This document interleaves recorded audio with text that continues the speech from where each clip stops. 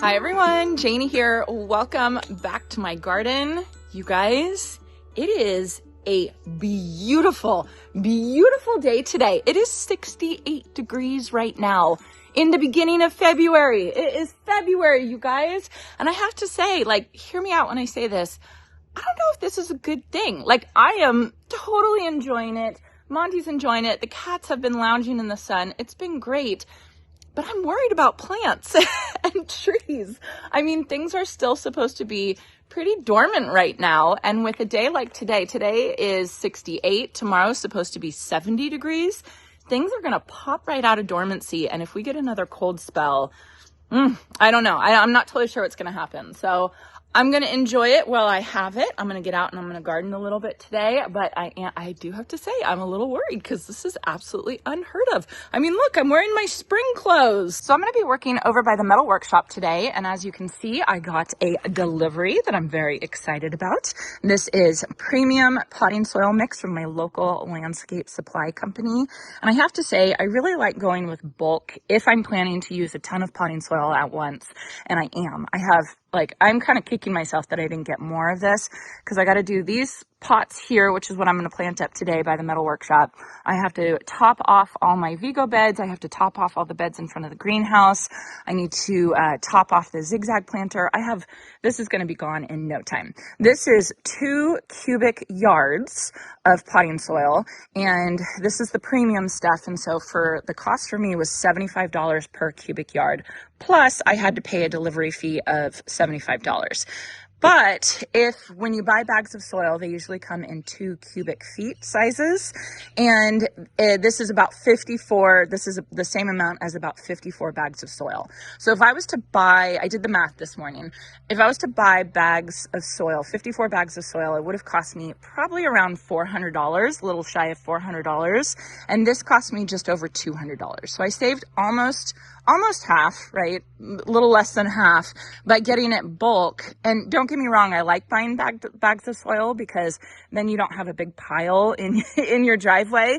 But if you need a lot of soil right away, get it delivered, pay for the delivery, like do the cost analysis, and you might be surprised. You might save a ton of money. And to me, this looks like really nice soil. You have to get to know your landscape supply place and get to know, if they have good quality stuff. I'm super happy with this. This looks great. This looks very similar to the bag soil that I normally use. So anyway, for today, I'm sorry about the basketball hoop being front and center of where I'm working today. I cannot move it, and Jason's not home right now, so we're just going to work around the basketball hoop right now. But I want to keep it out because Shay is in basketball right now, and so she's practicing, and I even feel bad for having this delivered right in front of the basketball hoop. So we got to move it anyway. But I am going to be planting up these 3 terracotta pots that are in front of the metal workshop. I have these thuyas that I need to plant in that desperately need water, as do the Primrose that I just bought yesterday. Oh my goodness, these need water. So this is how warm it is today, you guys. Things need water. These are bone dry. So I'm going to water these really quick. Oh, look. Oh my gosh, it's almost spring. So I'm going to water these guys and these guys real quick before I start filling this stuff up with potting soil and get them planted. I did thuyas with Primrose last year in these pots, and it was just so beautiful. It was such joy in early season, and it looked so good. I got these thuyas actually from the big box store. You can see they still have their holiday bows on them. One of the greatest tips for getting conifers, they call them pineys at my Home Depot, is that they put them on sale a day or two before Christmas, right? And if you go there, I went the day before Christmas Eve, I think, and I got all these 50% off, which is just a fabulous deal. And my plan is that I'm going to have these in these pots just for 2 years. And then after 2 years, I'll transplant them out into the garden somewhere because, you could always have more thuyas in your garden. And then I'll just get new ones around Christmas time to put in here because these pots aren't big enough to handle a full-size thuya, but this size I think is going to be absolutely perfect. And it still gives enough room for some annuals around them. So I'm going to water these and then I'll get started planting.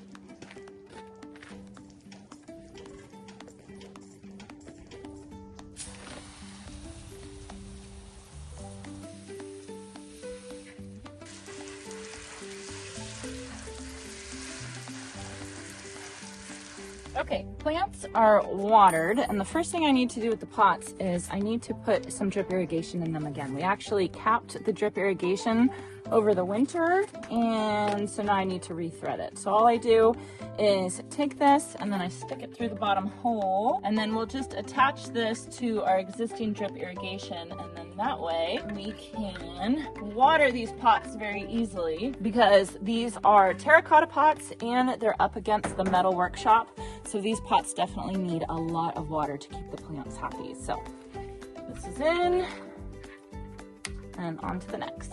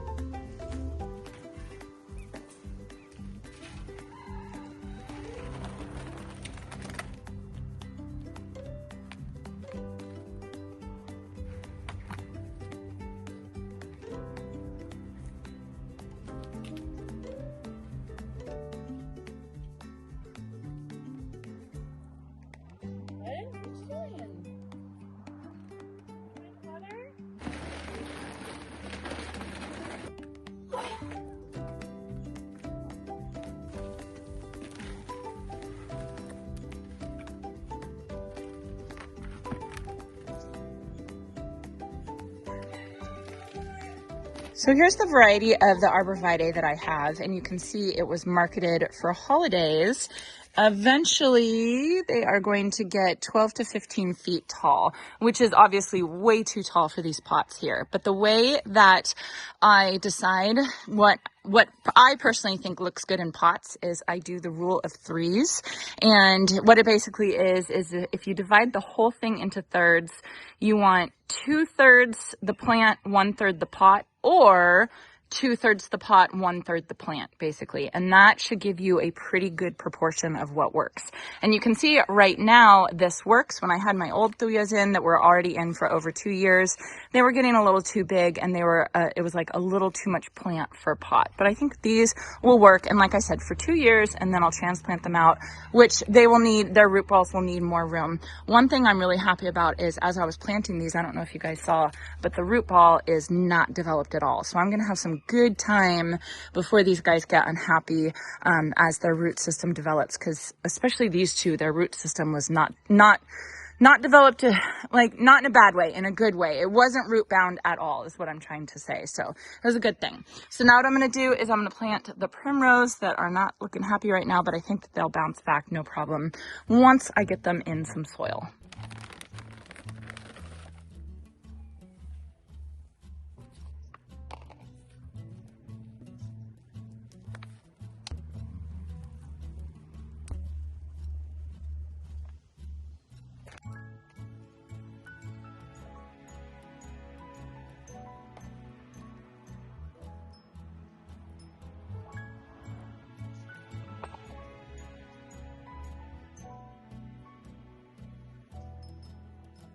All right, last pot, I wanted to show you all, look at how root bound these guys are.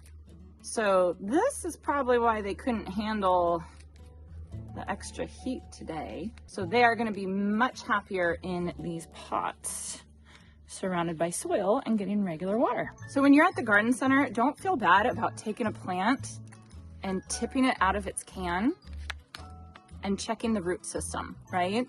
So you can check and you can see if it's root bound, and root bound means the roots are starting to circle around, and you can see that this is a really good example of a root bound plant. Had I seen this at the garden center, one, I wouldn't have gotten it, or if I had fallen in love with this color and really wanted it, I would have been a little bit more careful about planting it right away when I got home.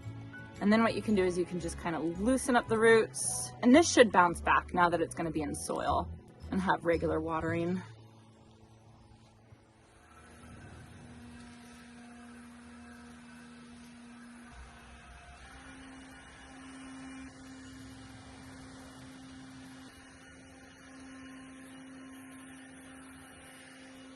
Okay, I am all done. I think they look so good. I am so happy to have some greenery and some pretty flowers in these pots. My metal workshop, like, I like it. I think it's very country-esque, right? But it's not the prettiest structure in my garden. You know what I mean? It's not the prettiest thing. So I just like having things in front of it that make it look a little bit prettier. Some of you have recommended painting the metal, and I think that that's a really good idea. And I think that that's probably something we'll do in the future. But for now, I can at least plant these pots up and make them look pretty. And then come probably April, I will take out the primrose and I will replant them with some summer annuals. But I'll leave these thujas in, and I know they do well because the last thujas I had did really, really well in these pots. So all I have to do is water them and hook them up to drip, and then they're done. I do have to say I tried to kind of clean up a little bit, and then I noticed how dirty. I mean, we just had all this construction and everything, so I completely understand, but I need to get like the power washer out and clean this area, because I was like cleaning over here and then I kept going and kept going and kept going, and I just thought, okay, I gotta stop at least till I get rid of that pile, because I don't want to mix the old stuff in with the new good stuff, the yummy stuff. So anyway, so this is done. Happy to have this planted. And then I wanted to show you all, I'm sure you heard of this. If you guys watch Garden Answer, I'm pretty sure she talks about this a lot. This is the Merlin bird app that her son Benjamin is obsessed with, which I just think is the cutest thing. But when I heard about it, when he introduced me to it, I was looking it up, and then I saw this documentary is on YouTube. It's free. It is not kid appropriate, so don't watch it with your kids, but it is hilarious. It is such a good documentary about bird watching, and they use this Merlin bird app all the time. And just the day was so beautiful. I just felt like I heard so many birds, and so I took out this app to see which ones were flying around. And when it's actually listening to a specific one, it will highlight it and it'll tell you which bird is chirping, and then you can kind of start to recognize them. Like, I feel like I recognize the yellow rumped warbler now. So anyway, big thanks to Benjamin for introducing us to this. And watch that documentary. What is it called? Listers. It's called Listers. It is really, really funny and good, but it is, it's adult, like, swear words and things like that. All right. So I think that's going to be it for today. I am very happy with what I got done today. It looks so good. And I have to say, I probably could have gotten this done in like an hour, but instead I think it took me like 3 hours, because I kept taking breaks. I kept, sitting with Monty, drinking a cup of coffee. Like, I was taking my sweet time and enjoying it, this beautiful, beautiful weather. So anyway, I hope you all enjoyed this. I hope you guys are having somewhat good weather, okay weather, and I hope you all have a chance to get in your garden today.